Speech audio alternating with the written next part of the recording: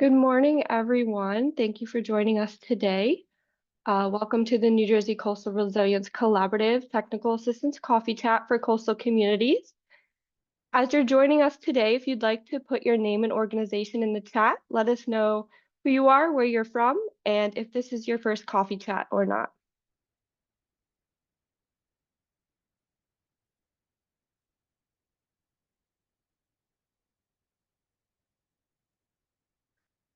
You will also see on the screen, I just launched an audience poll where we're gauging your interest in what is your perception of beneficial use as a resilience practice for communities in New Jersey.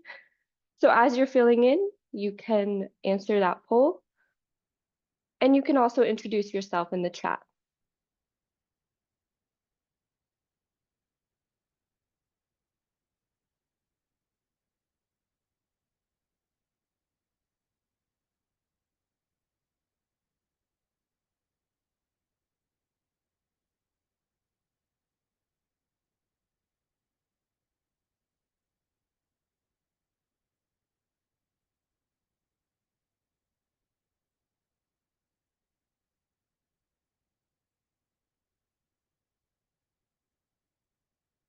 Good morning, everyone.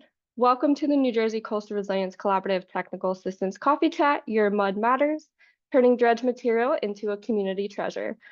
This is our first session of the new year where the Collaborative's Beneficial Use Learning Network and Municipal Work Group connect you with a panel of experts on the historic and projected value of sediment to coastal areas, different types of beneficial use projects, and the steps New Jersey is taking to make this practice more feasible for local leaders to emulate.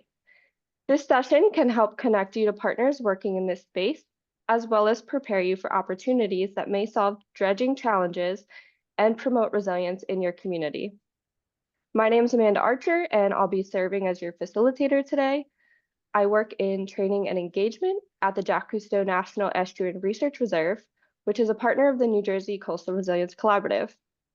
For those who are here for the first time, the NJCRC is a network of coastal resilience professionals, and the purpose of this coffee chat program is to better facilitate connections between local communities and decision makers to build a collective capacity towards resilience. You'll see as you file in, there is a poll that has been launched. If you could fill out the poll and put your name and organization in the chat.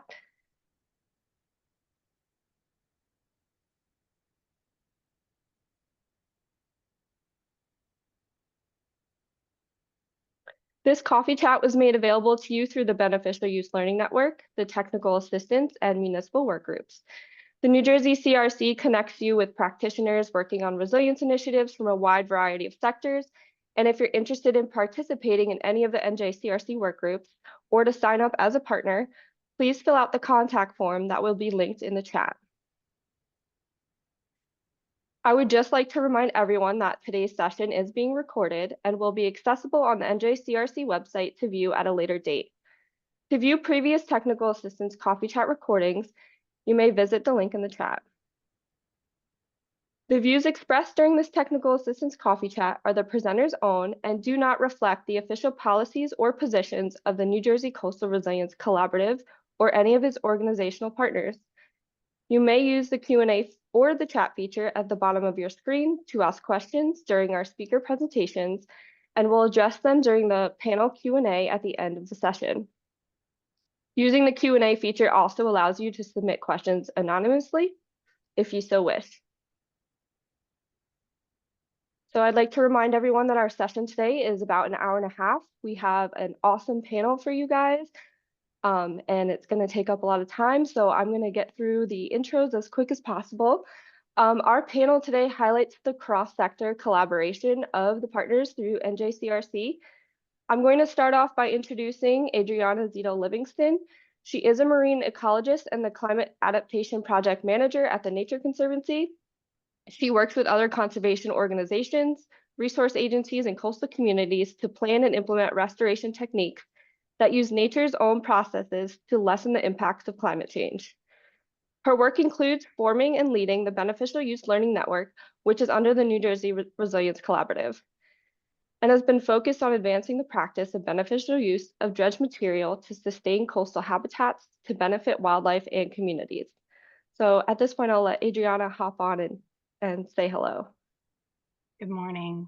Thanks so much for that great intro, Amanda. I'm really excited to be here, not only as a staff member of the Nature Conservancy, but also the chair of the Beneficial Use Learning Network. It's a sub-work group under the NJCRC, as Amanda said, really focused on this practice of beneficially using dredge material for restoration in particular. We're really excited to have the panelists that are here to address you today. The Beneficial Use Learning Network has been convening as a group of subject matter experts sharing experiences project by project, wisdom, lessons learned, and that kind of information. And we're really excited to have these subject matter experts speaking now to you, in addition to helping us create the resources that I'll be sharing a little bit more at the end of this coffee chat. So really excited to see all the interest in this coffee chat, and really appreciative to have these subject matter experts and pioneers in this practice here to address you. Awesome. Thank you, Adriana. So to kick us off today, we're going to start with Dr. Lenore Tedesco, and she is the Executive Director of the Wetlands Institute in Stone Harbor, New Jersey. She's a wetlands scientist and sedimentologist and a founding member of the 7 Mile Island Innovation Lab, along with partners at the U.S. Army Corps of Engineers and NJDEP. She has been working on marsh restoration through beneficial use for more than a decade. And so I'd love to pass it off to Lenore to kick it off for us today. Good morning, everyone, and thanks for joining today. I'm excited to be here, and I've been tasked with kind of giving you a kind of an overview of beneficial use dredge material projects, kind of where we are, what kind of projects we're getting on the ground, and I'm excited to do that. Can I have the next slide, please? So I'm going to start with the value of coastal wetlands, and I'm sure most everyone on here knows all these things, but it's really nice to kind of put in perspective how important they are and what the challenges are with losing our wetlands. I think everybody knows they're wonderful recreation and aesthetic beauty, but they're also incredibly biodiverse. They support our fisheries and wildlife. About 75% of commercial fish and shellfish actually rely on a component being in the wetlands for a component of their life cycle. So really important there. They filter runoff and excess nutrients. So water quality in coastal bays is really benefits from having healthy wetland communities. And they store carbon at a rate that's 10 times higher than mature tropical forests. So when we start thinking about climate change and the cycle of climate resilience that we're really looking for, they're really important to not only retain them, but also restore them. Have the next one.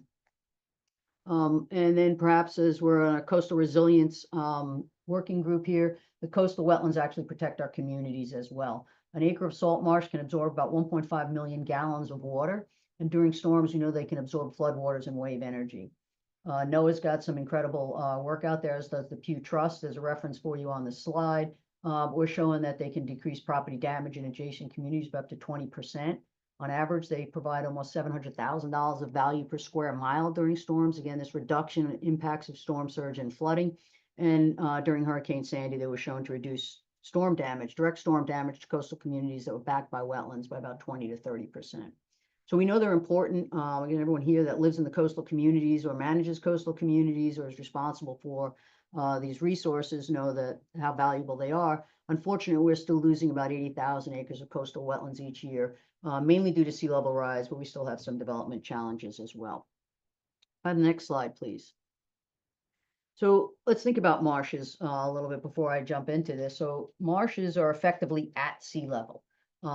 They are in this delicate balance with tidal waters, and ultimately everything we're talking about, we talk about both the loss of wetland acreage and our approach to restoring wetlands. It's all about restoring or getting back to that balance of tidal water flows into and out of our marshes. So the daily tides nourish the marshes, moon tides, we're coming into a moon tide cycle right now, and some storm tides, they bring waters higher onto the marsh. And it turns out wetlands occur over a very narrow elevation range relative to sea level. They can keep up, which means they upbuild with sea level under certain sea level rise scenarios. They've been doing it for millennia, but the reality is how much they can keep up is dependent on the rates of sea level rise. They build up by building dense root mats and accrete vertically, and they also trap some sediments that are transported into and out of them in tidal waters or storm flows. So they can keep up over certain rise rates. But what we're seeing right now is that too much flooding, which is a scenario we're in right now, is actually starts to slow marsh growth, and that ultimately leads to lower accretion rates, lower vertical accumulation and upbuilding, which actually then starts leading to drowning. So it's a negative loop of too much water, slower growth, lower accretion rates. Have the next slide. So where are we with relative sea level?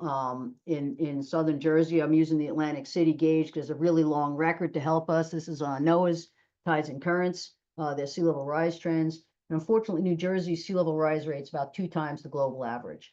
And what that means, using the Atlantic City gauge again, from 1911 to 2021, we rose about 1.4 feet over that 100 years.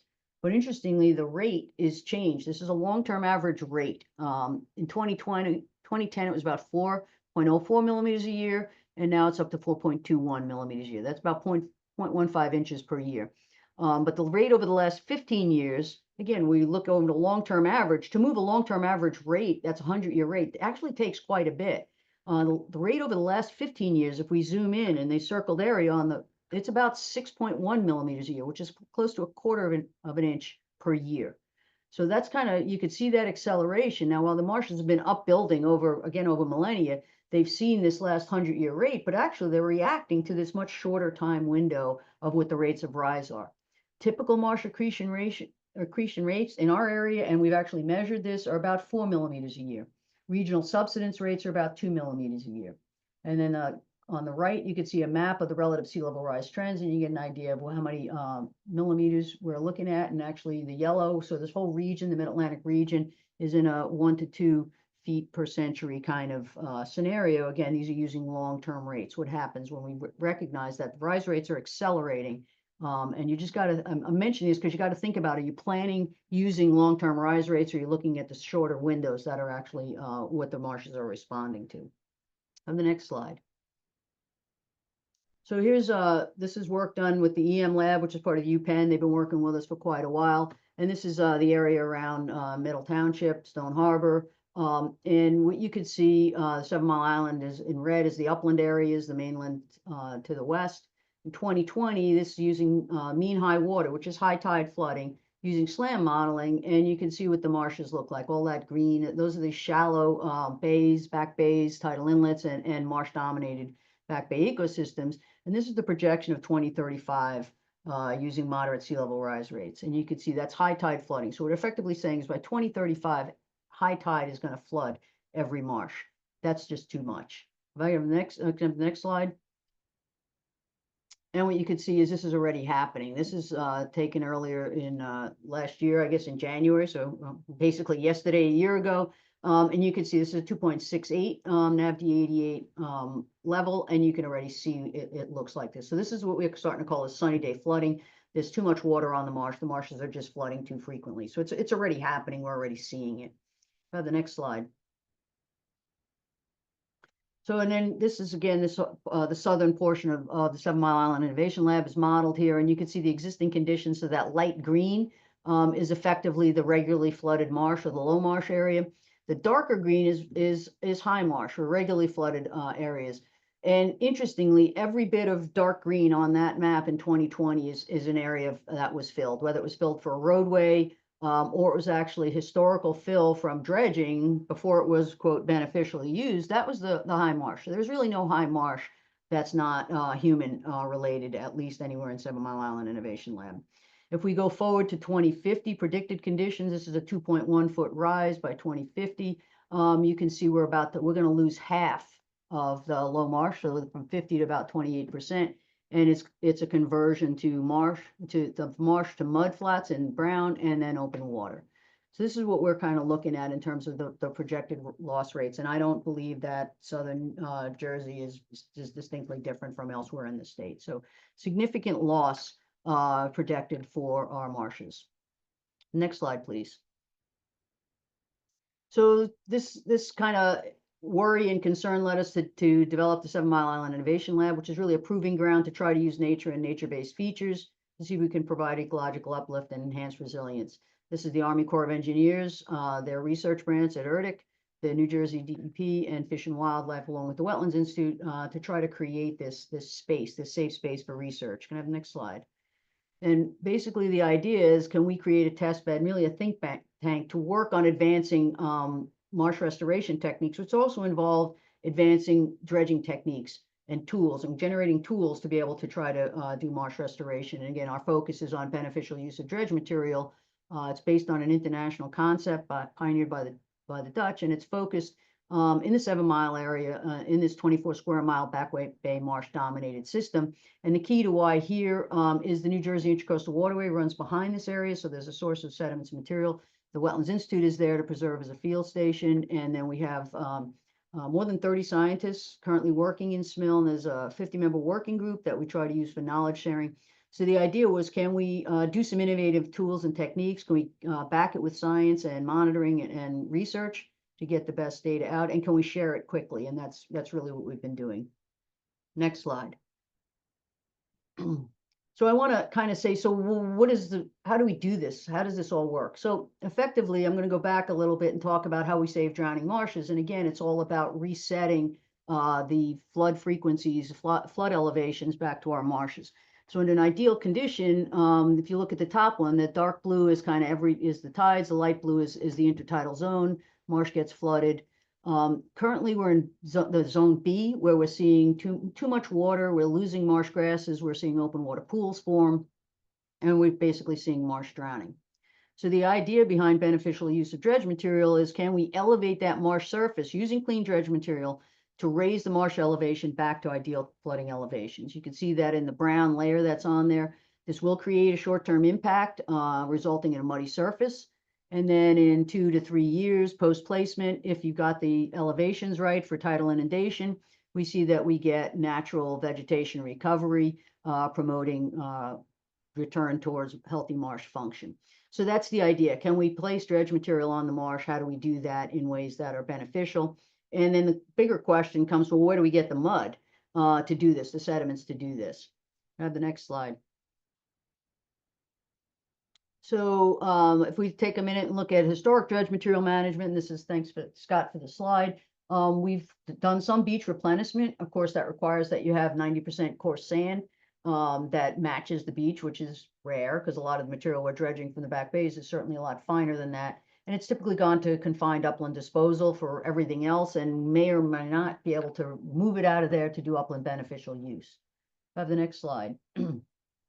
So what we're seeing with the work that everyone is working on so hard is, if we can get to a sediment progression where we go from confined disposal, this is a confined disposal facility up on the upper left, to beneficially using them for the benefit of through in-water placement. Island restoration is an example from Mordecai. There's Barnegat Inlet on the right with island creation. We've done some habitat creation on the lower left. Marsh enhancement, that's Avalon and several other projects. And we create marsh edge protection features to try to slow marsh edge erosion. So there are actually quite a lot of projects on the ground already. Can I have next slide? There's lots of different examples and lots of different ways that we're doing it. This slide kind of just documents the projects on the 7 Mile Island Innovation Lab. All the projects are listed there. We've got about 9 projects on the ground. And a couple of key components of how this all works is, first and foremost, you really have to marry site selection with dredging needs. This isn't about dumping dredge material on a marsh. It's about saying, where is material available and what is it? Because how far you can transport material is limited, and what the material is determines the type of project you can do. So everything to the northern part of 7 Mile Island Innovation Lab is mixed fine sand and mud. To the south is fine medium sand. So you drive, where's your material, what is it? And then you can do marsh condition assessments, which you absolutely have to do to figure out the project development. Because there's so much marsh needs, this works. Have the next one. A couple of quick examples of how this works. This is Gull Island and Sturgeon Island. On the lower left, you can see that at a normal high tide, the islands are very low. They were flooding quite a bit. And the needs assessment, once we knew we had material in the Intracoastal Waterway nearby, was to say, where's the marsh need? Our projections showed that large portions of the southern part of this island were going to convert to open water and mud flats. We were also concerned with marsh edge breaching, the edge erosion coming into the interior pools. So we started to design a project. Thickness of the placement, people always look, well, how do you get to the thickness? Well, it depends on what your target elevation goals for both marsh stability and any habitat needs that you identify. We had a large area placement, so we went with unconfined placement. Have the next one. So this is kind of what it looks like. Again, high level for this talk, we placed about 40,000 cubic yards of clean dredge sediment over 21 acres. We elevated the marsh by more than 2 feet in many places. We restored a large open water pool to increase marsh acreage and stabilize the marsh, and we effectively offset sea level rise by decades. And you could just get a feel for what it looked like in 2021, this open bare mud surface. Some of it was cracked. By 2024, we have excellent marsh grass recovery. This is all by natural seed bank. Next, please. Marsh edge erosion, again, we're all familiar with this, occurring at very rapid rates. It's related to a combination of storm waves and boat wakes, but it may also be related to too much water on the marsh platform is leading to excess pressure, hydrostatic pressure moving off the marsh edge. It accelerates marsh loss.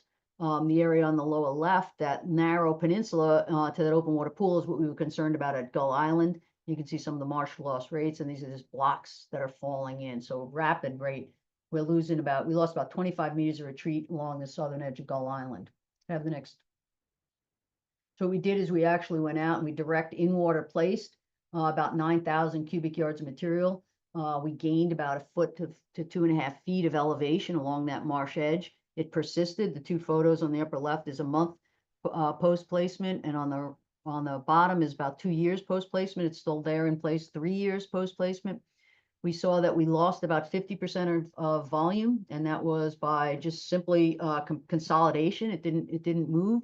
The turbidity plume was localized, short-lived, and on par with winter storm generated turbidity. And in the bottom right, on the right side, you can see the intertidal feature that we created there. And then we are not losing block failure in the area where it is, but we continue to lose blocks and see marsh edge erosion away from these placement areas. So this is a really interesting concept in terms of, if we can try to fix interior marshes, but if we're losing the edge fast, you can't really have that protection. So you need to think about them together.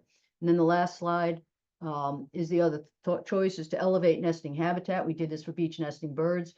We built 2 1-acre sandy habitats. The idea was to stay in early successional habitat so that we wanted to be replacive. We wanted to be able to go back. We built marsh resilience into the system. Again, free pumped sandy material onto the marsh. Once we had enough material available, we moved it around with a skid steer, built berms, contain it, and to get to elevation. These were about 5.5 feet higher because they were designed for beach nesting birds. So that's my last slide. Next one just gives you links to places. We're available for information. There is a ton of information on the 7 Mile Island Innovation website, a lot of other recordings, case statements and documents, lesson learned, paper links. There's a lot of material there. Thank you. Thanks, Lenore. Before we transition to Colleen, there's one question I got. Where are the subsidence rates measured in? Is it by NJGS or USGS? And is that data public? The subsidence rates are coming from published records from USGS as well as others. Thank you.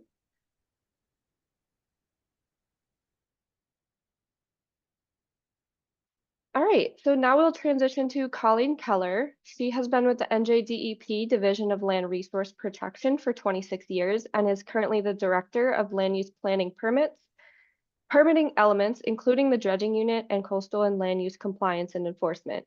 She is also the Federal Consistency Coordinator for the state.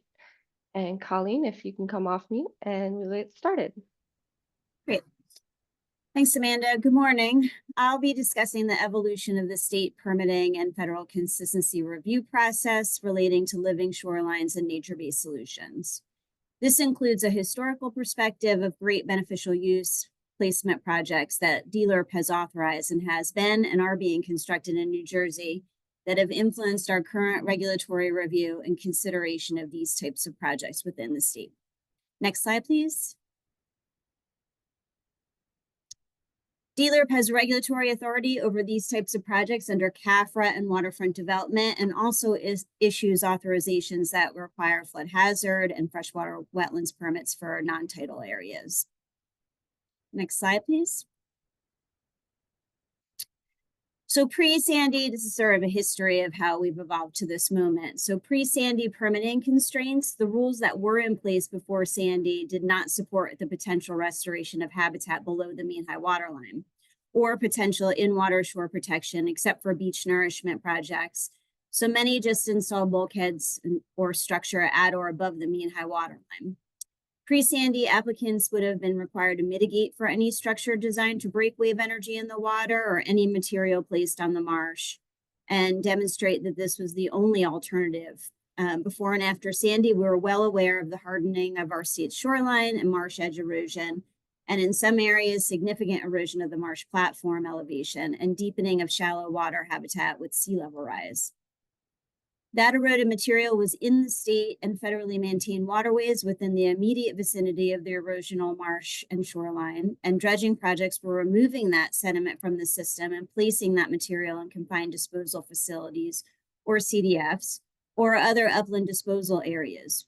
We understood the value of this sediment resource, which could potentially be kept in the system and used for coastal protection and habitat restoration within the system. For example, bird habitat enhancement or increasing elevations of areas as a wave break to reduce erosion and wave energy at nearby back bay shorelines. Next slide, please. So in 2013, there was an emergency rule after Sandy. We saw during that storm and even before that marshes and bay islands acted as speed bumps to waves heading towards back bay communities.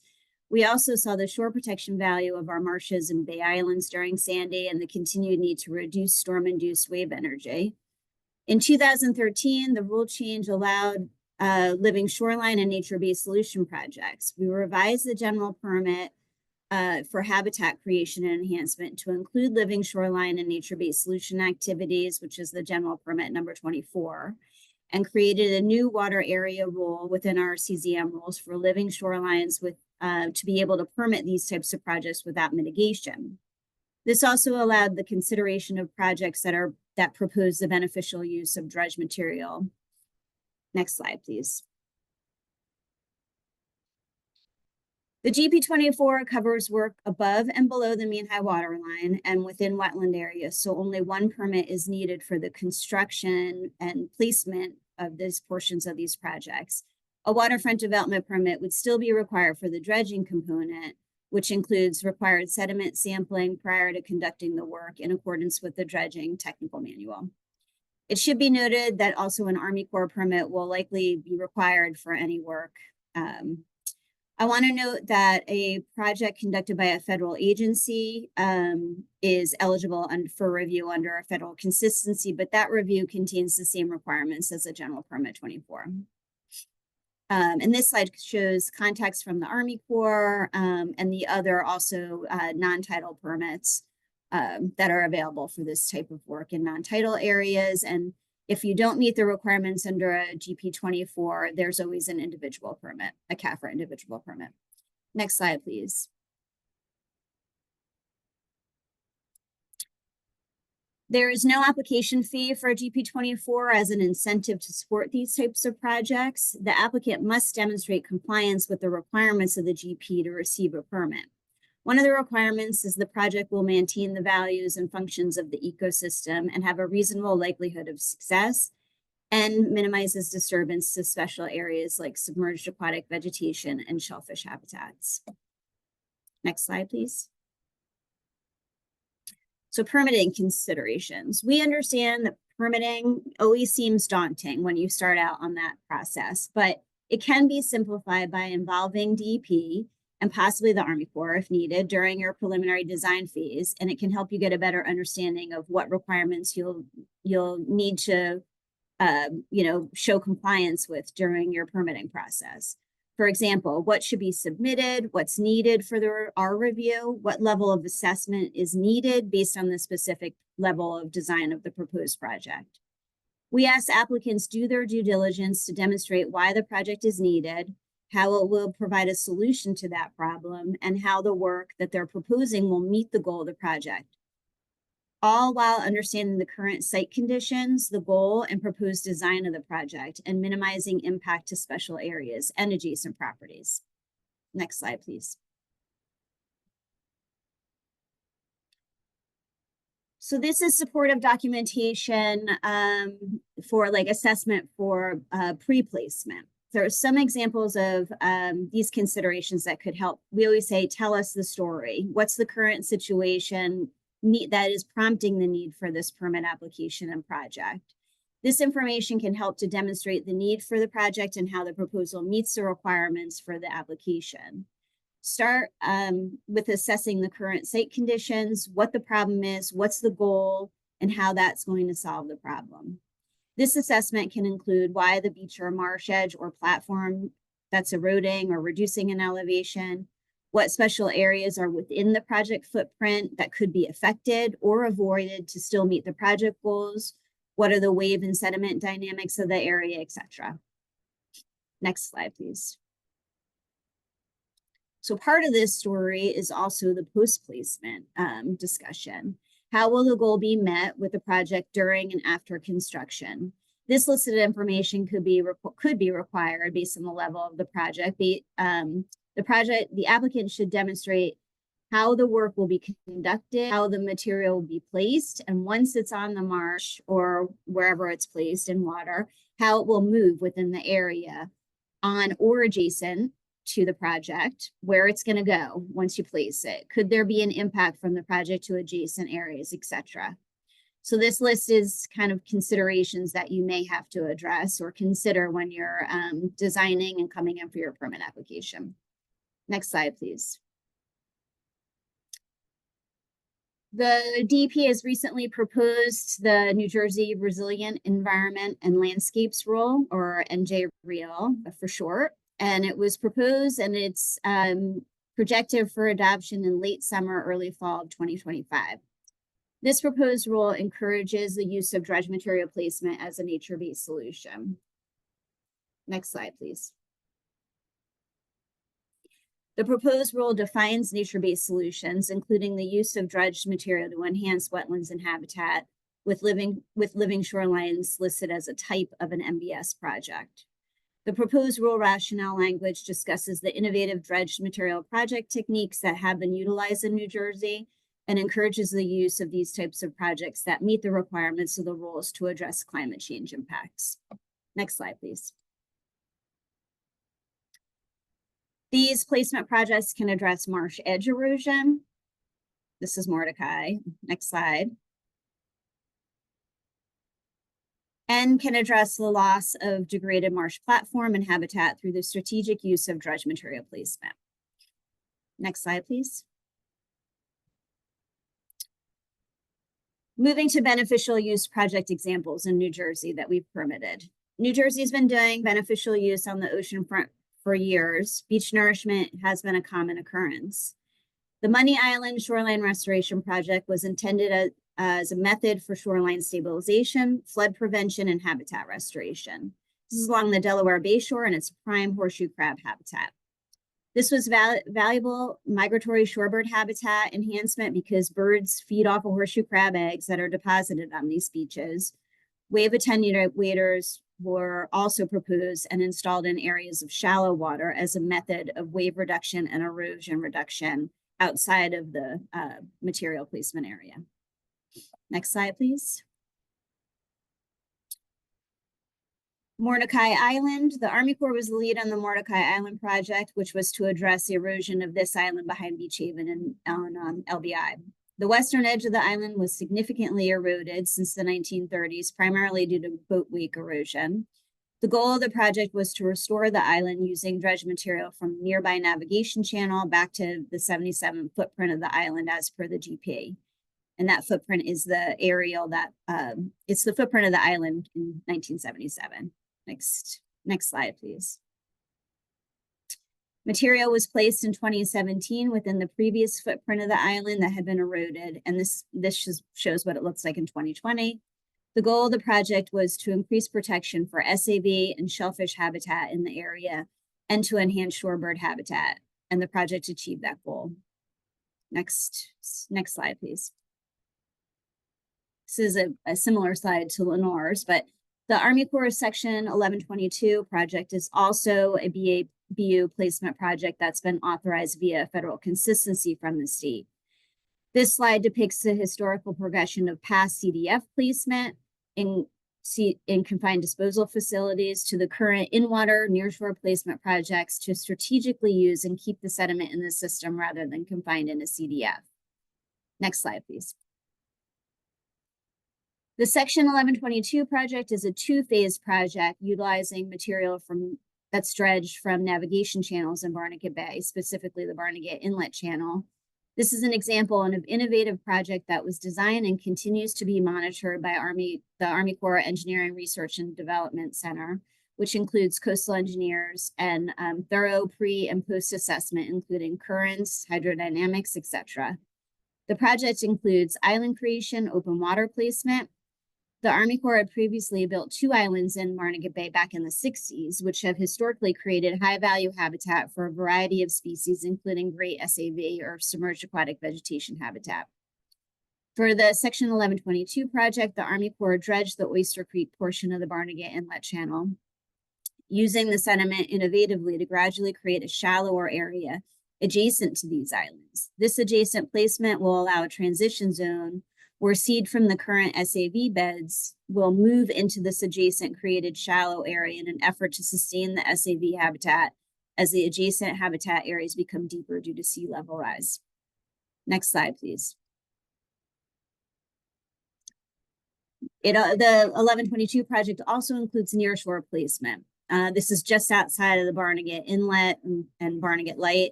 Rather than continuously dredging offshore borrow areas, the Army Corps has historically utilized nearshore placement techniques at Barnegat Inlet, dredging the inlet and placing the sand in the nearshore environment just off the beach area to allow the tides and natural wave energy to move sand onto the beaches. This will now utilize some of this dredged material for nearshore placement off of Harvey Cedars, which is an original hotspot. The inlet dredging and nearshore placement is designed to support the beach fill, which is a 7-year periodic renourishment cycle. Next slide, please. In closing, I just want to stress that communication between the applicant and dealer before, during, and after the project is key. It minimizes surprises during design, regulatory review, and implementation of the project. These are several contacts in DEP who can be reached to request a pre-application meeting to discuss potential projects and permitting requirements.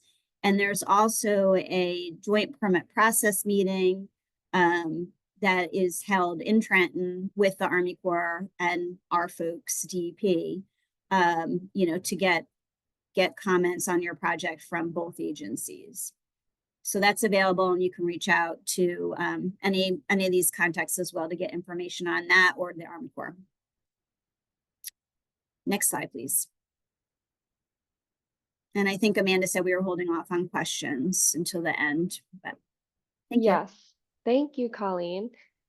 So our next transition is going to talk a little bit about why this all matters to communities, and we have Quinn McCarran on, and she is the restoration coordinator, program coordinator for NJDEP's Office of Climate Resilience, where she helps coordinate restoration efforts across NJDEP's coastal management program.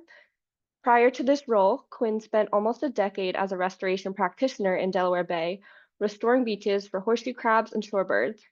Quinn is also in her last year of Stockton University's Coastal Zone Management graduate program. So, hi, Quinn. Thank you, Amanda. Good morning, everyone. So I'm going to be talking about beneficial use in the context of community and ecological resilience and some of the investments that DEP is making around beneficial use and community resilience. Next slide, please. So the Coastal Management Program is a voluntary partnership between the federal government and the U.S. coastal states and territories. And the purpose of this program is to balance the protection of our coastal resources with all of the competing uses. New Jersey's coastal program encompasses all of the offices, divisions, and bureaus that are listed here, and we work collectively together to protect and enhance our very diverse coastal area in New Jersey. Next slide, please. So New Jersey's coast is super diverse, much more than what we picture when we think of the shore. It encompasses 239 municipalities across 17 counties. That's 1,800 miles of tidal coastline and over 200,000 acres of tidal wetlands. And our coastal zone in New Jersey is home to more than 80% of New Jersey's year-round population. And this covers such a diverse region from large urbanized cities like Newark to rural communities and working waterfronts in Delaware Bay.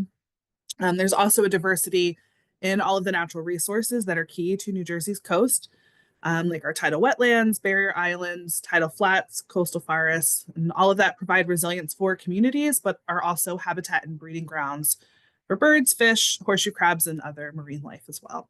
Next slide, please. The coastal zone is also of significant value for tourism, recreation, and fisheries, which are all huge economic drivers for the state.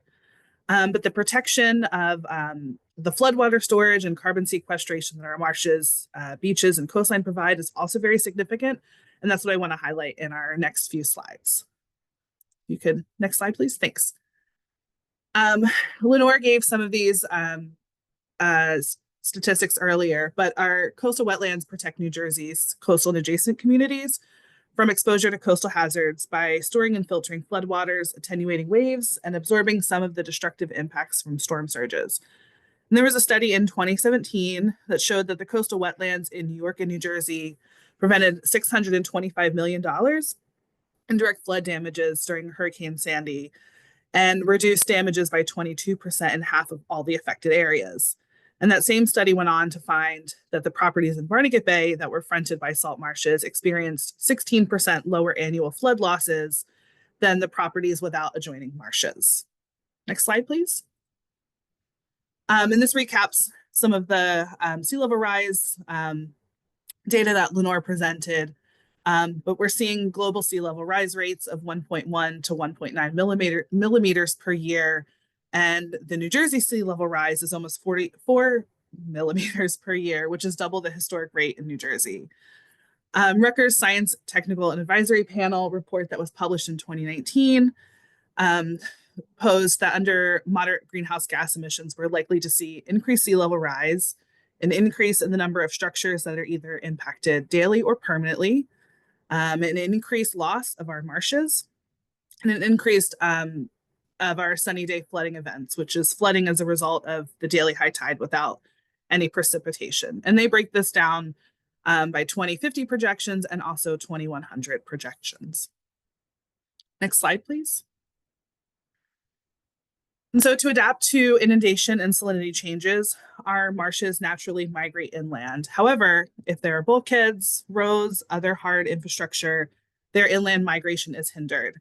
And with New Jersey being the most densely populated state, there's a very complex interplay between these natural areas and the development, and then another added layer of historic land management, which includes farming of the marshes, diking, mosquito ditching, and all of that hinders the natural inland migration.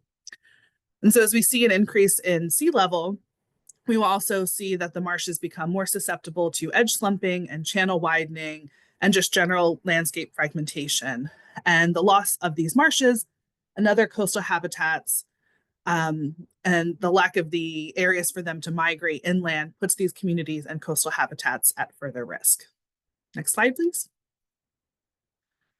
So there are a lot of solutions to help mitigate and alleviate some of these potential impacts, and one of them is beneficial use. And you've seen some really great project examples from Lenore and Colleen so far. And the DEP has partnered and has provided funding for several beneficial use projects around the state, including the Ring Island Marsh Platform Enhancement Project in Cape May County, and then recently the Money Island Beach Restoration Project in Cumberland County. Next slide, please.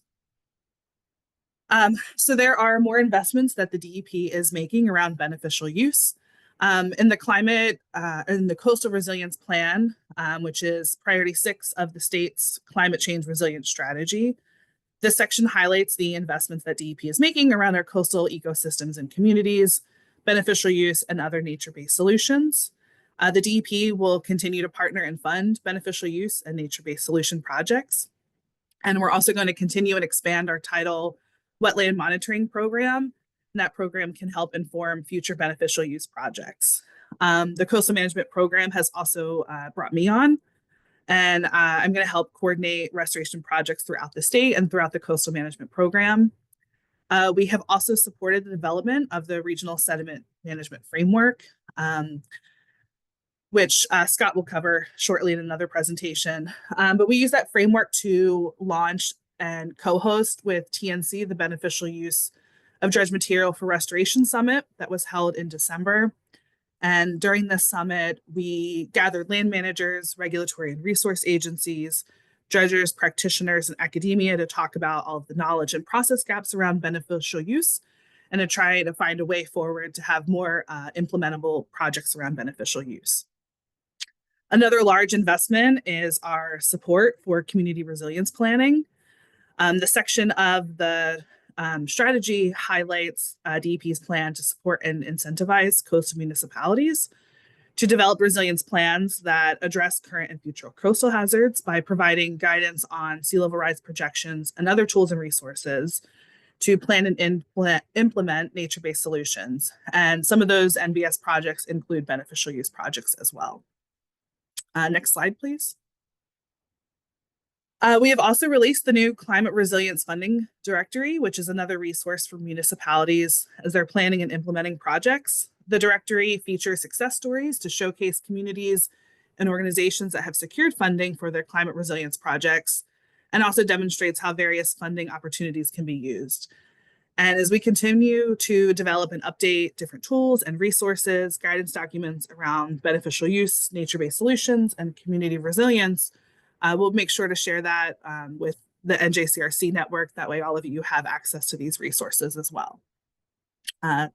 I have a QR code here to link right to the directory that has different funding opportunities that are available and some of those success stories as well. Next slide, please. So if you have any questions about any of the community resilience planning piece or the funding directory, please feel free to reach out to me and I can connect you with the program manager for that resilience planning program. If you have any other questions about projects, the summit or beneficial use projects, please feel free to reach out to me. Thanks. Thanks, Quinn. While we transition here, I'll let Alyssa pull up her slides. We do have a question in the chat for you. Has NJDEP established whether there will be additional RGGI grant incentives? Do you know? I'm not sure. I'm happy to connect that person with the person that runs the RGGI funding. So if you want to reach out to me, I can connect you through email. Awesome. That was from Eric Rosina at ACT Engineers. All right. Amanda, we had one in the chat that I'll just answer. Yeah, go ahead. So Christine Moran asked if there's any plans to fill mosquito ditches. I think that was probably in response to the variety of ways sediment's being used for habitat restoration. So not large scale across the state, but individual landowners, especially I think the U.S. Fish and Wildlife Service refuge system has been experimenting with filling of mosquito ditches using sediment. So I just wanted to address that really quickly. Thank you. Melissa. All right, so now we have an example of a coastal community who's putting this practice to work. Alyssa Cummins serves as the engineer and floodplain manager for the Township of Brick. Through her work with the NJ Association for Floodplain Management, she became actively involved with the NJCRC, where she engages and co-leads the municipal work group. So I will pass it off to Alyssa. So can you see my screen? Yes, we can. Okay. Let's see. I'm doing this correctly.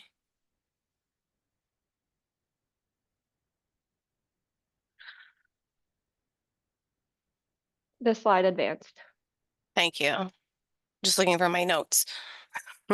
So the Township of Brick began its pursuit of a dredging permits in 2019.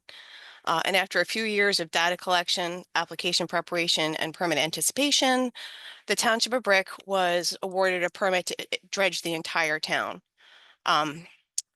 We initially had 5 or 6 problem areas for boaters, but we decided to pursue the entire town because it was really only about twice as much money as it was if we were just going to go for the 6 isolated area.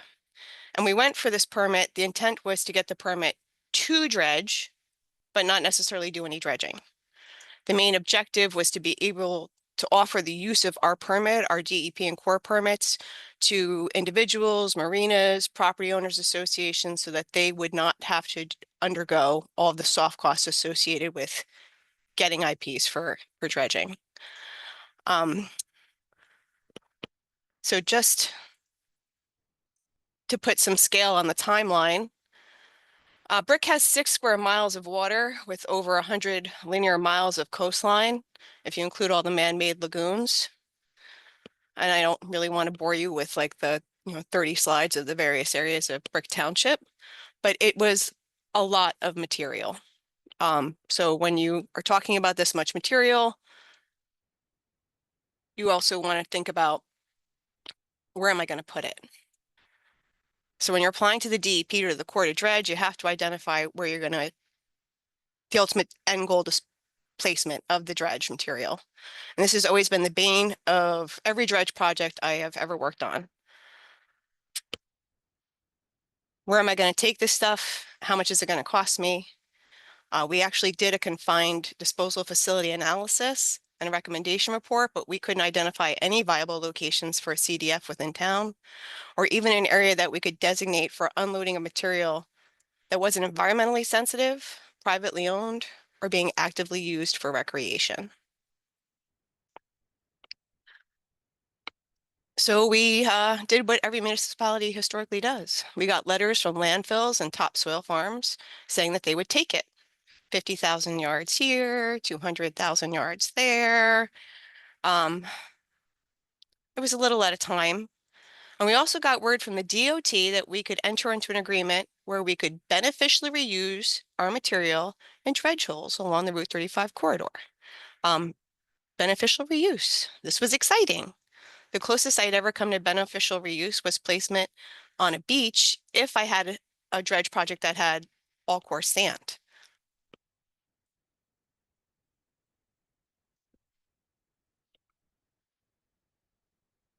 But still, I'm scared. There's over 1.8 million cubic yards to worry about. And we're thinking we could purchase about 250,000 yards from the DOT. All in all, I only had disposal capability for about a third of the material, and it was going to be very expensive.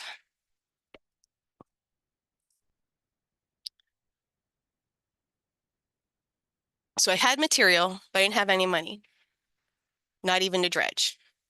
So the township actually partnered with U.S. Fish and Wildlife for the refuge area, and we started going after grants. We unsuccessfully applied for the NOAA grant, but we kept going, and then we got lucky with the New Jersey Veggie Grant, the Reduction in Greenhouse Gas Initiative. We were awarded almost $5 million, so now I'm ecstatic. I'm terrified and ecstatic, because this grant would pay for marsh restoration, but I still had to find the money to dredge.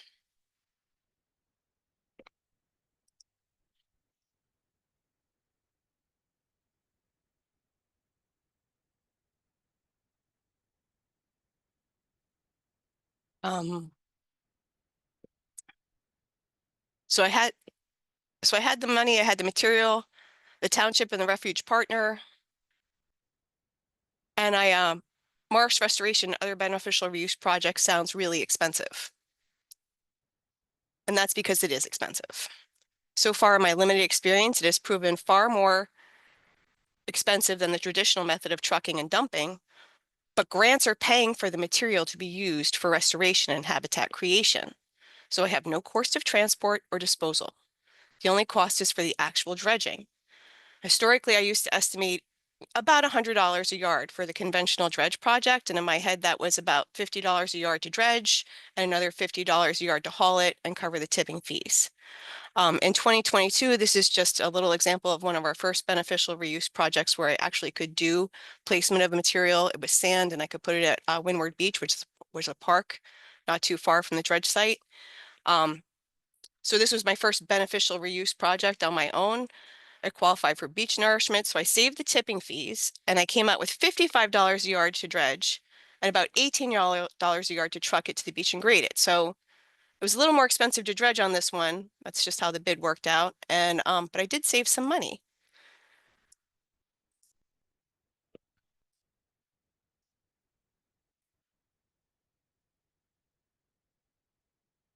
So for the Forsyth project, the unit cost per yard was about $44 a yard to dredge. Now, there are additional costs associated for the pipeline and the perimeter controls, but those costs are shared and offset with the grant because you never have to physically move the material and you're not paying to dispose of it. You're saving money.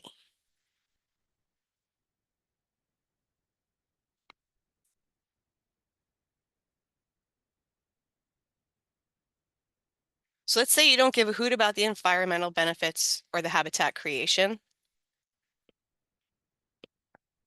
If you're willing to go after grants, and your community doesn't believe in climate change or sea level rise, this can still be your most economical option. I mean, as a municipality, I believe in environmental protection and restoration, but my responsibility is to the taxpayer and to responsibly use all the money I can.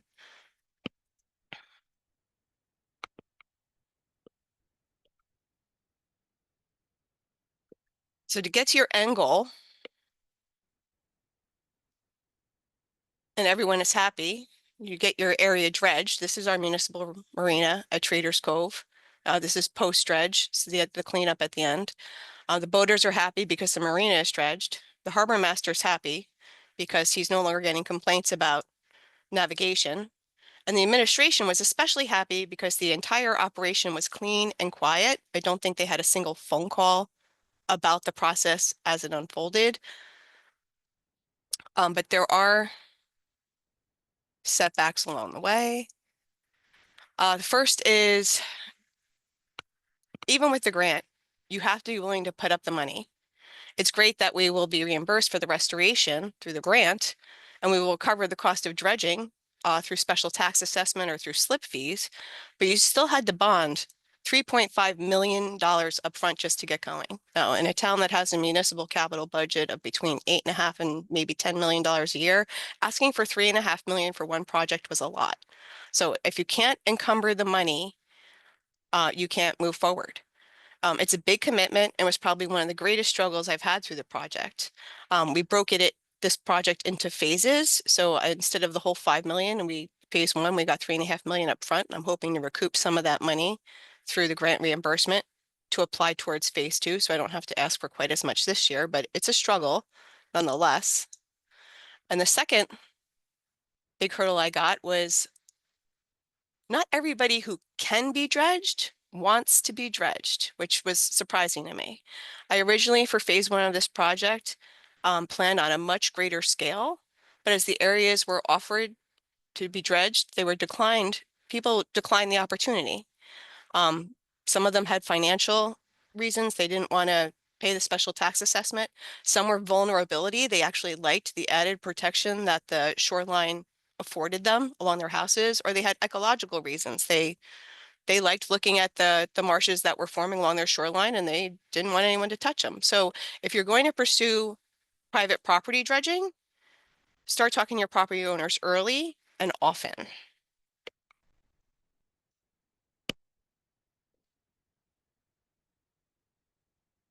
So it was discouraging, but we didn't let it stop us. We still had the marina to dredge, and there was a thirsty marsh right next door. The entire process is new, but it was a lot. We just keep going. In summary, our mud matters to the marsh, but all mud matters. No one's buying dredge material yet, but there are restoration projects that can use it where you do not have to pay to transport the material or pay someone to take it.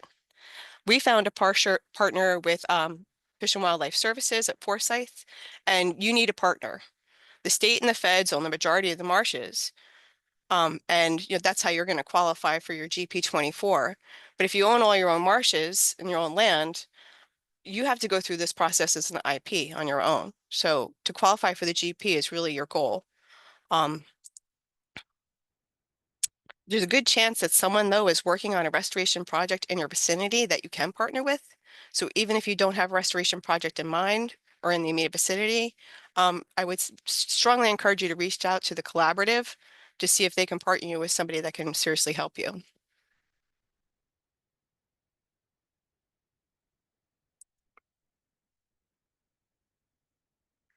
Thank you. Thanks, Alyssa. And it's my understanding that the most recent project in Brick broke ground recently. So We recently we finished dredging. We are going back to recapture some material. There's areas where we can get more material. We were granted the dredge extension, so we're hopeful by Wednesday is the extent of our extension. So we're hopeful to have the remainder of the material out of there and on the marsh by Wednesday, and then it's a matter of cleanup and demobilizing and monitoring. awesome. Well, I can't wait to see the results. All right, now we're going to switch gears. We're going to go to Scott Douglas, who's going to tell us how to get in the game of beneficial use of dredge material. So Scott has recently retired from New Jersey Department of Transportation, where he was the dredging program manager for more than 25 years. While at NJDOT, he focused on the beneficial use of dredge material as a critical component of maintaining the New Jersey marine transportation system. He currently consults part-time for the Office of Maritime Resources as a subject matter expert, and he is enjoying his retirement at his home in Pennsylvania with his wife and his 2 dogs. So thanks for coming on today, Scott. Yeah, sure. Thanks, Amanda. Appreciate that. As Amanda said, I'm retired now from DOT and just working part-time. But so I want to just take a moment to introduce my replacement, who is on the call today, Nusrat Jahan. She is going to be the dredging program manager, and we're working together to transfer give her as much of a Vulcan mind meld as I can of what we've learned over the years. I just like to shout out to Alyssa. That was a wonderful presentation. I'm so glad that you were able to do what you did. I mean, that's an excellent example of the way municipalities can get in the game. So what I'd like to do is to take a few minutes to sort of back up and look at the state's perspective on this. And one of the things that I want to do is to put this in context across the entire state. Beneficial use is not just in the Back Bay area, but across the whole state. And we've been doing it for the last 3 decades. We were actually doing it before then. If you count beach replenishment, been doing that for as long as we've been dredging. But anyway, let's, so if you want to take the next slide. So New Jersey is a maritime state. Our maritime transportation system, which is what us transportation geeks call it, boasts 2 international ports, a world-class commercial fishery, and an internationally recognized tourist destination for marine tourism and recreation. So we've got a lot of assets here. It's worth about $50 billion annually to the state of New Jersey. That's a lot of economic activity. From a transportation perspective, we have both federal and state, and we also have local and municipal channels. And we've got there's at least 600 miles of engineered waterway throughout the state, from New York Harbor all the way around Cape May up to Trenton. So next slide. So this system is pretty big. And so when we think about it, we like to break it up into 3 distinct regions. We have the region 1, which is the New Jersey Harbor region, which is from Sandy Hook north. And the primary maritime assets are the Port of New York and New Jersey, of course, but there are also major industrial berths and terminals, as well as commercial fisheries, passenger ferry system, and recreational facilities. And supporting this, we have about 125 miles of deep draft channel. Click next to put up that map. Yes, okay. So that's the channel network. That's like our road system. The red is the federal system, kind of like the interstate highways, and along the bayshore you'll see some blues, and those are the state channels, kind of like the state channel, the state highway system. So you can think about this whole thing just like highways. And as you see these 3 maps in the 3 regions, you're going to see federal, which is red, state, which is blue, and going from shallow water to those systems, it's probably part of the municipal and local network, which we don't have a great record of, but is out there. So if your area is not on the map as a feature, it's probably your responsibility to dredge if you're a municipality. Next slide. So skipping over to Region 3, which is the Delaware River, which goes from Cape May north to Trenton. Again, what you have are the Port of Philadelphia and Camden, but there's also the Port of Paulsboro and various bulk cargo terminals, and the new wind port, which is being constructed in Salem. And supporting this, we have, next slide, 135 miles of deep draft navigation channel, most of which is the Delaware River main shipping channel, which is a federal responsibility. I said red, this one happens to be in blue. Sorry about that. Okay, next slide. And then Region 2, which is the area that most of us on the call are interested in, is the Atlantic Coast and Back Bay area. And that runs from Sandy Hook to Cape May. And the primary assets are commercial fishing and marine recreation, including marinas, public and private berths, waterside businesses, and numerous boat ramps. Next slide. And supporting this is really, it's the biggest part of the system. Wait a minute. Back up one, you just want to stay on the map. Yep. Supporting, we have 300 miles of federal and state waterway, but that's all shallow draft. So in New York Harbor, we have channels that are up to 50 feet deep. In the Delaware River, up to 45 feet deep. And then along the Atlantic shore, it's usually between 6 and 12 feet deep. So we call that shallow draft navigation. Next slide.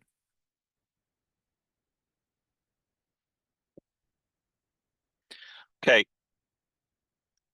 Maintaining this system requires a fair amount of work, and it's different for the different regions. So that's why I wanted to put that in context for you. So next slide. So in the New York, New Jersey harbor region, we dredge about 2 to 4 million cubic yards of sediment every year in order to maintain that at a safe navigational depth. And most of that is accomplished with large mechanical equipment. So it's important to understand what region you're in, what equipment is going to be used in order to dredge it. Next slide. In the Delaware River region, we dredge about 3 to 5 million cubic yards every year. And that sediment is removed using large cutter head and suction hopper dredges. Next slide. And in the Atlantic back bays, we dredge a lot less material, but with smaller dredges. So it's 1.2 to 1.5 million cubic yards of material every year. And we rarely get enough funding for that. So it's usually what we actually dredge in the Atlantic back bay is somewhere around 500,000 yards, if we're lucky. So when we do that, it's with these small cutter head pipeline dredges and booster pumps. Next slide. Of course, when you dredge, you got to put it somewhere. And next slide. Typically, or I'm sorry, stay on that slide. Sorry. Okay. In the New York, New Jersey harbor region, that means that we're going to process that material with Portland cement. Next slide. Okay. And we're going to place it upland if it's contaminated. Next slide. Or in limited cases, using it for restoration of benthic or island habitats in the harbor. Next slide. In the rest of the state, dredge material has historically been placed in either an upland confined disposal facility, next slide, or on a beach. And I think you saw a number of those projects that have been run around the state, including that slide on the lower right. I'm particularly proud of the picture on the lower left. That's the Manasquan Dog Beach.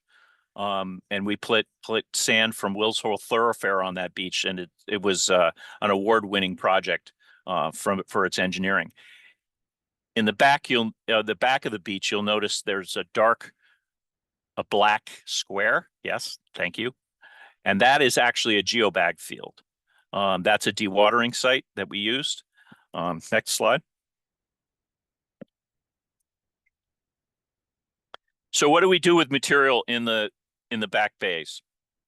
Well, we've done a lot of different types of beneficial use. Or I'm sorry, back up.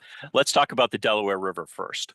So in the Delaware River, the Army Corps has typically placed their material from the main shipping channel into CDFs. So they've dredged it with cutterhead pipeline dredges and placed it into CDFs. In the limited cases where they have sand down in the lower bay, they might have put it on a Delaware River beach, but or on a state of Delaware beach.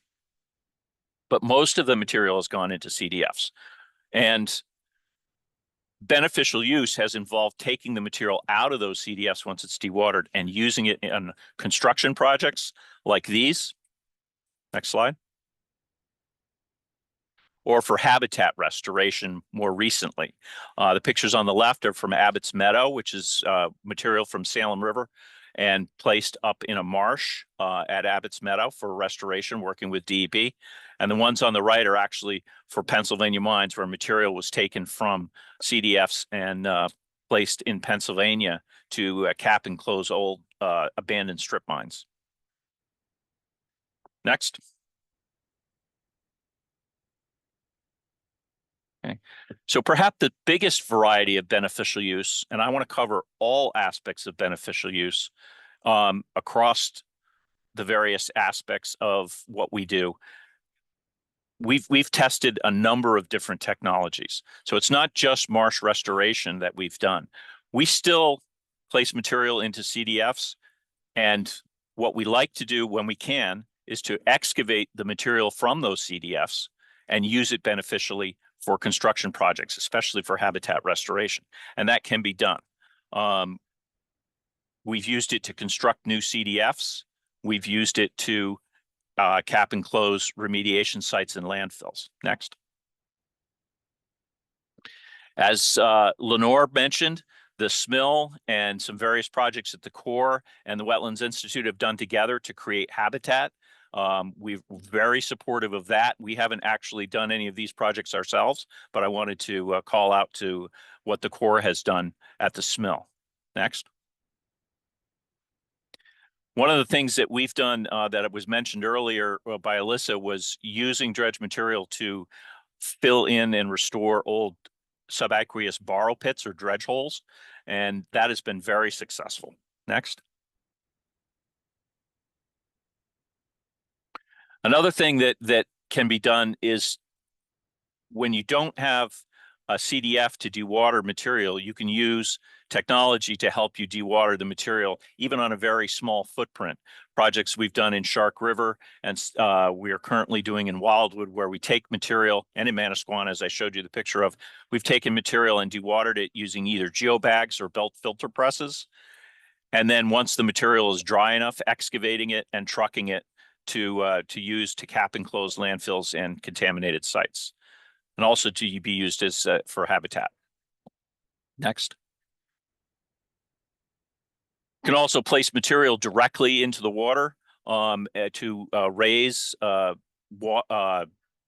bottom in places where sea level rise has resulted in the water being too deep to support SAVs or shellfish. This is a project that we did in Brigantine to raise the elevation, dredge the channel and to raise the elevation. Next. You can also use the material to stabilize the shorelines. I think a couple pictures were shown, really graphic pictures from Lenore showing work at Gull Island that stabilized. These are projects that we've done at Good Luck Point, partnering with the U.S. Fish and Wildlife Service, and at the Sunflower Island, which is again in Brigantine. Next. And of course, marsh enhancement projects. This is Good Luck Point and Fortescue, which were very successful for us. And probably the most successful is the one on the Delaware River, which is Abbott's Meadow, which was 670,000 yards of material. I would like to say that bigger is better with these projects. If we have enough material to really justify the setup and containment and mobilization that's required for these projects, it makes them much more affordable. And like Alyssa said, our primary responsibility is to the taxpayer and to create transportation assets, not to repair or restore the habitat. But as was mentioned in the chat, we do understand the value of all of the resiliency and the habitat benefits, and we are very supportive of that. Next. And finally, island restoration is something that's up and coming. I think we have both the U.S. Fish and Wildlife Service and the Nature Conservancy very supportive of islands. And of course, islands are our primary. Bay Islands, especially the Back Bay Islands, are very helpful in providing community resilience. Next. Okay, what do you want to do next? In order to get in the game, what's your game plan? Your game plan needs to be you need to evaluate your system, your facility. How much material do you need to dredge, and what does it look like? Is it coarse sand? Is it fine grained? Is it contaminated? Is it clean? That's going to drive what you can do with it. Then you can look for your options. What are the kinds of things that you're going to do? Now, I want to be very clear. Again, from a transportation perspective, we want to do the easiest, quickest, and cheapest way possible to get the transportation asset maintained. So that means if a CDF is available, if a beach is available, we're going to go to that first. And we're going to recommend that you do too. But that's not always possible. There may not be a facility available. As Alyssa said, she looked high and low for a site and couldn't find one. So if you can't find one, that's when you start to look at these non-traditional methods. So we are supportive of keeping sediment in the system when it makes sense to do so. Okay. So if you've got to go with the non-traditional approach, well, first of all, meet with us. Tell us what your project is and what you have. We can tell you what the state's assets are, what the federal assets are, and where you might be able to use a traditional method. And we can help you try to locate a non-traditional method. We are encouraging you, as Alyssa said, to partner up with a resource agency or a landowner, land manager, so that you can actually get to the point of having a better idea of what the goals are from a habitat perspective, so that when you start to go through the permitting process that Colleen was outlining for you, you have a really good idea of what sorts of goals that resource agency has for that particular marsh or piece of property or project. So that's important. We are setting up, and is being set up now, is a restoration task force, which will give you a one-stop shopping. There's a lot of work groups out there that talk about these different types of options. We're going to have this one-stop shop so that you as a municipality or an engineer can go to one meeting and talk to them about your project and get an idea of what's available. So that's coming. That's called the Restoration Task Force.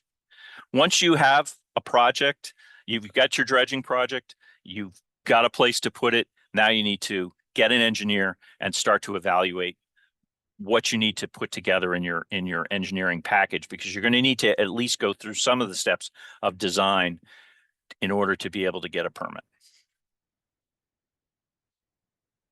Next slide. Okay, to help with this process, what I encourage you to do, there are 3 documents, and depending on what region your project falls into, you want to read these documents. These are the regional sediment management plans. The first 2, one for New York Harbor and one for the Delaware River and Estuary, are already out there and they're available, and I've provided the links so that you can get to them. If your project is in those areas, read those so that you understand what the transportation agencies are thinking about in terms of dredge material management. And then coming soon, I'm hoping within the next few weeks, you will see the RSM for the Back Bay areas. So that's coming. Next slide. Some additional resources, there are a lot of tools out there. And I think that probably Adriana can give you even more tools than I have on my list.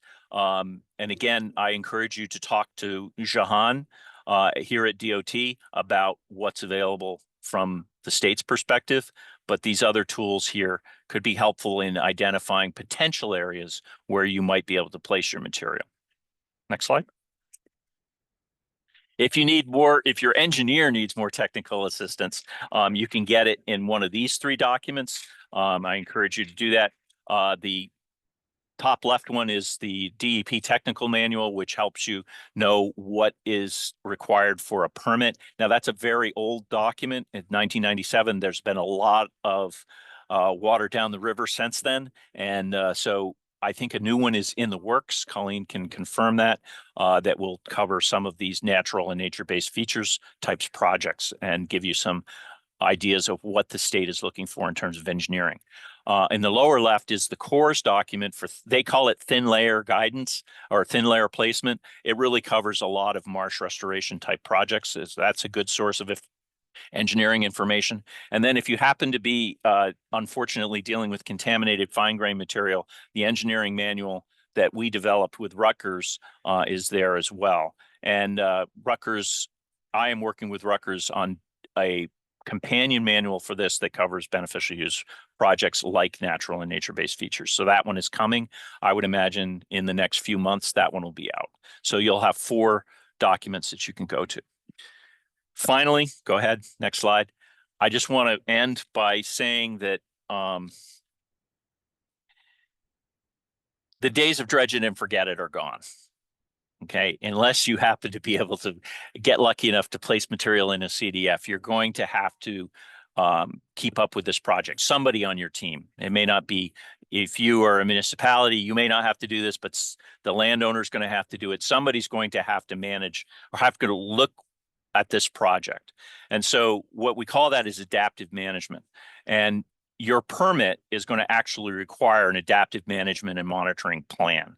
And you want to divide the project into 3 areas. You want to pre-design data collection. You want to be able to evaluate your site. I think Colleen mentioned that. Wind, waves, tides, site hydrology, wildlife and fisheries utilization. You've got to get a baseline established.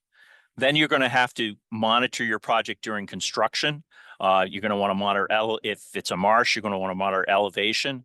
You're going to want to monitor turbidity if you're placing it in the water. And you're going to want to look at sediment retention, some way of evaluating that. How much of your material is actually going where you want it to go? And is it staying there? That's really important. And then after the project has been constructed and your dredger has gone home, you're still going to have to watch the project to see how the material behaves over time. And are you reaching the goals that were part of your GP24? I encourage you to make sure that you know who is going to be responsible for what and how you're going to fund that ahead of time. Don't get your project in the ground and then find out that the DEP expects you to monitor and manage and you don't have any funding for that, because it may be required. And the U.S. Fish and Wildlife Service has a great document. I gave the link there to help you put your adaptive management plan together. So I encourage you to read that and to use it. Next. And then I've got questions, which I think will come. So thank you. Thank you, Scott. So just to set the stage, can you explain what a CDF is and how it is built? Yes. So a CDF is an acronym for Confined Disposal Facility. So we talked about those at a couple points during the seminar this morning. It's the historical way of managing material in a confined manner on a marsh. So it's basically a large earthen dike in which material is, when you dredge material hydraulically, it is a slurry of about 5 to 10% solids and mostly water. So you pump that into this basically earthen swimming pool and allow the sediment time to settle out. And then the water is discharged through a weir back into the water body from which it came. So what you end up with is sediment that slowly dewaters over time and fills up this dirt donut, if you will. And you can take the material and push it out and be able to elevate that and create more capacity, but it's finite. At some point, you're going to run out of space on that in that facility. And you either need to stop using it or excavate that material and beneficially use it somewhere in order to create new capacity. So do some or all of the recipients pay for the dewatered dredge material from confined disposal facilities? And if so, who gets the money? Okay, so there's two aspects of this that you need to think about. And, you know, I could spend a lot of time talking about finances here, but which I didn't do. Projects, let me just say this, traditional projects, these innovative beneficial use projects are often take 2 times to 3 times as long to permit and cost 2 to 3 times as much as traditional methods. So that's a general rule of thumb. It's not always that way because in some cases it could be a lot less. If you can place material directly in the water, that might be even cheaper than using a confined disposal facility. But most of the time, these more innovative uses like dewatering with geobags or marsh platform enhancement, when you look at the total cost, it's going to be 2 to 3 times as much as traditional. What we do if you want to use the state's capacity in a confined disposal facility, there's going to be a usage fee that we're going to charge, and that varies depending on location for whether or not we think we can regenerate the capacity at some point, and how complicated it would be to move that material when we get a chance to do so. Not all these facilities are excavatable. They're either way out on the marsh and there's no way to get to them practically, or they're just the material's not suitable for any beneficial use, or the habitat is too sensitive to get to it. So that's a problem for some of them. And of course, if that material is excavated, in some cases, the recipient will take it because they need it. For example, we gave material from one of the federal CDFs at Cape May, and it was used at the Higbee Wildlife Refuge restoration. So they said, yeah, put it in a pile for us, and we'll use it eventually. And so we did that, and there was no tip fee associated with that. We've taken material to the Monmouth County Recycling Center, and they use it for intermediate cover at the landfill, and there's no tip fee for that. They just take it because they have to pay for it otherwise. So in a lot of cases, you can come up with a way to avoid a disposal fee, if you will. I would avoid the situation where you're paying $200 a ton to take it to a landfill as solid waste. That's unsustainable unless you have a very small amount of material. And then lastly, if you could just give a quick answer as to why are there different types of dredges used in different systems? Okay, different equipment for different depths, and we also, the New York Harbor is typically, there's no place to dewater the material. There are no CDFs in New York Harbor. So the only way you can really do it is to dewater it either with some sort of a mechanical system, or what we've done and successfully dredged and processed tens of millions of cubic yards over the last 30 years in New York Harbor is by mixing it with Portland cement in either a pug mill or a barge, and then taking that material and trucking it to a beneficial use site, mostly to cap and close brownfields and landfills and other contaminated sites, because that's contaminated material. So it's not challenging. So if you want to read more about that, read the process, the fine grained manual that Rutgers put together. It's a very good compilation of how that story works. Thank you. At this time, I'm going to ask all the panelists to come on camera, please.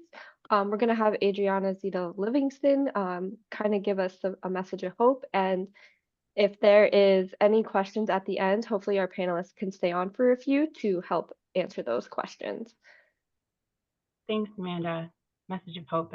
Now, I always get really excited about this topic. I think hopefully from our speakers today, you got a sense that it is a complex topic. We're marrying two industries that don't always come together and trying to solve the big problem. And so as we've been having conversations through regional sediment management and working through ecological challenges, coastal resilience challenges, coastal restoration challenges, really seeing the dredging industry, the navigation industry as really intuitive and willing partners to figure this out, to make it more cost effective, to make it more accessible, to provide the technical assistance that we know is much, much needed. Hopefully you can't hear my there. So as Scott mentioned and Quinn mentioned, you know, the ecological restoration kind of group within the NJCDC, they've been chewing on this need, trying to find the best way to deliver resources, continuing technical assistance, but also creating a restoration task. So specific to beneficial use. So that one-stop shop for technical assistance, handholding, and the full picture of what navigation opportunities and ecological needs are out there, both from the big public landowners, but also as a resource for municipal landowners or even private landowners. So the message of hope is, we know this is hard. The evolution of the process has come a long way in 10 years, more so in some areas. Really very appreciative for all the innovators and pioneers and people that have stuck with it, many of whom you've heard from today, and have been just great resources and mentors as individual projects happening.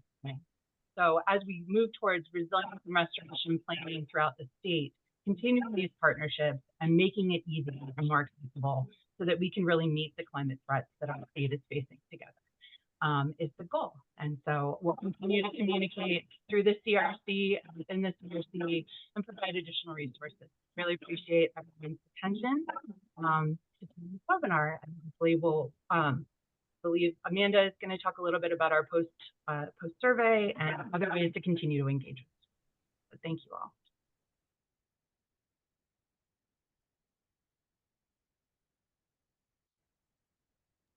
You're on mute, Amanda. Thank you for that. Just wanted to thank our panelists and speakers who took time today to present this material. Their information is listed on the slide if you're interested in reaching out, or if there's any questions we didn't get to. Scott, I know there was a graduate student looking for some information on dredge material. Maybe I can connect you with him. At the end of today's chat, you will receive a link for a post-event evaluation. So please fill it out. We would love to hear from you on how we did today and how we can facilitate additional resources. So thank you and have a great rest of your Monday.